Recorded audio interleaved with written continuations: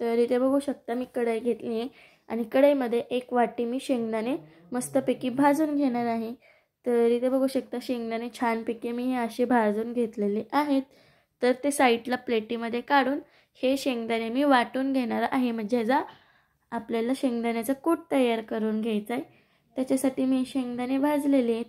तसंच आता एका साईडला आपण इथं मी 10-12 मिरच्या घेतल्यात, तसंच 2 चमचे जिरे घेतलेत। 10-12 मिरच्या आणि 2 चमचे जिरे घेतलेले आहेत मी। तर आता हे मी वाटून घेणार आहे। तर आता हे सगळं मिक्सरच्या भांड्यामध्ये टाकून छानपैकी ह्याला वाटून घेणार आहे। आणि हे वाटताना मी पाणी अजिबात टाकलेलं नाही आहे आणि टाकायचं पण नाही आहे।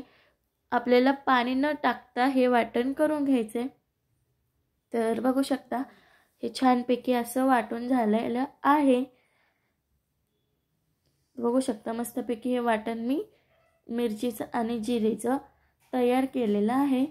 तर आता त्याच भांड्यामध्ये मी हे मिरची आणि जिरे वाटलेलं काढून घेणार आहे आणि त्याच मिक्सरच्या भांड्यात मी हे शेंगदाणे वाटून घेणार आहे। तर हे शेंगदाण्याचा पण आपण छानपैकी असा कूट तयार करून घेऊया। शेंगदाण्याचा कूट पण आपला तयार झालेला आहे आणि इथं मी अर्धा किलो शाबू तांदूळ भिजत घातला होता, म्हणजे साबुदाणा भिजत घातला होता किंवा शाबू हा अर्धा किलो आहे। तसंच अर्धा किलो मी इथं बटाटे घेतलेत।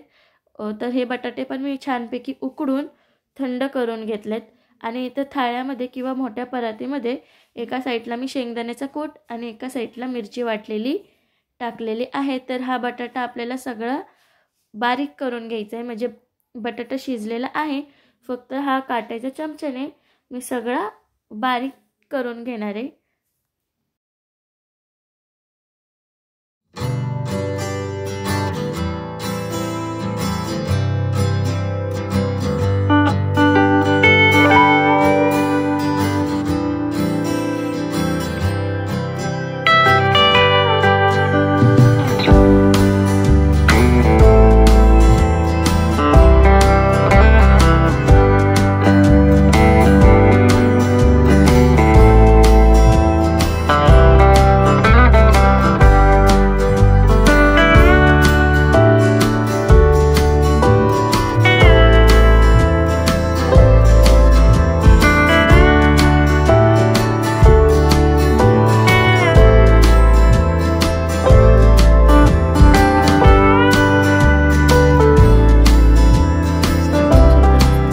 बटाटा बारीक करून झालेला आहे।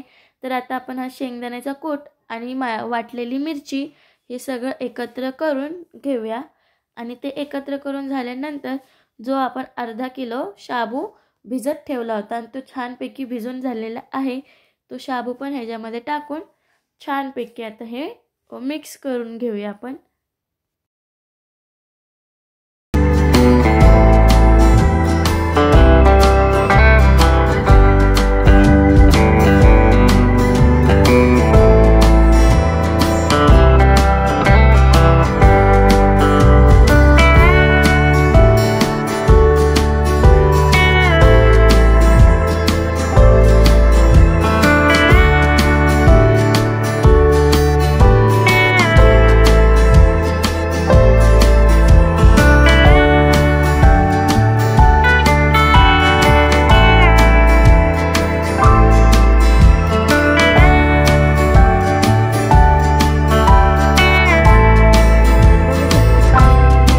झालेलं आहे। तर आता ह्याच्यामध्ये मी चवीनुसार मीठ टाकून घेतलंय आणि चवीनुसार मीठ टाकून झाल्यानंतर परत एकदा हे छानपैकी मिक्स करून घ्यायचंय।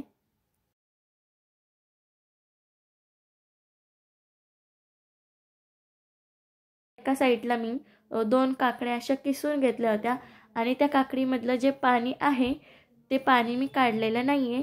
कोणाला पाणी आवडतं किंवा नाही आवडत, पण ते शरीरासाठी जास्त छान आहे म्हणून मी हे पाणी काढलेलं नाहीये। हे पाणी मी असंच ह्याच्यात ठेवलंय। तर आता ह्याच्यामध्ये 1 मोठी वाटी मी दही टाकून घेणार आहे आणि दही टाकल्यानंतर चिमूटभर मीठ, तसंच 10-12 चमचे मी मीठ टाकून घेणार आहे किंवा मोठे चमचे 5-6 चमचे मी ह्याच्यामध्ये साखर टाकून घेणार आहे। सॉरी मीठ बोलले, साखर टाकून घ्यायचं आहे। तर साखर टाकून झाल्यानंतर छानपैकी हे मिक्स करून ह्याच्यामध्ये शेंगदाण्याचा थोडाफार कूट टाकून आपल्याला ही चटणी साईडला ठेवून द्यायची आहे.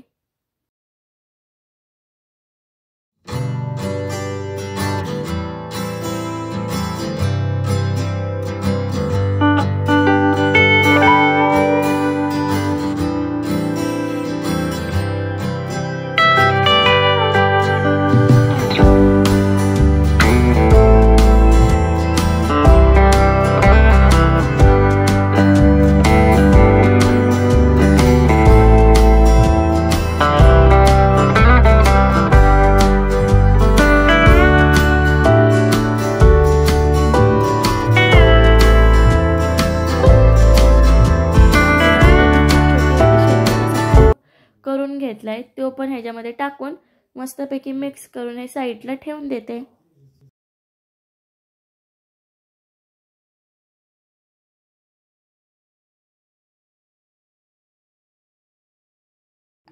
आपण जे शाबू मिक्स करून घेतला होता त्याचे वडे करून घेऊया. मस्तपैकी असे शाबू वडे आपण करून घेऊया. तर बघू शकता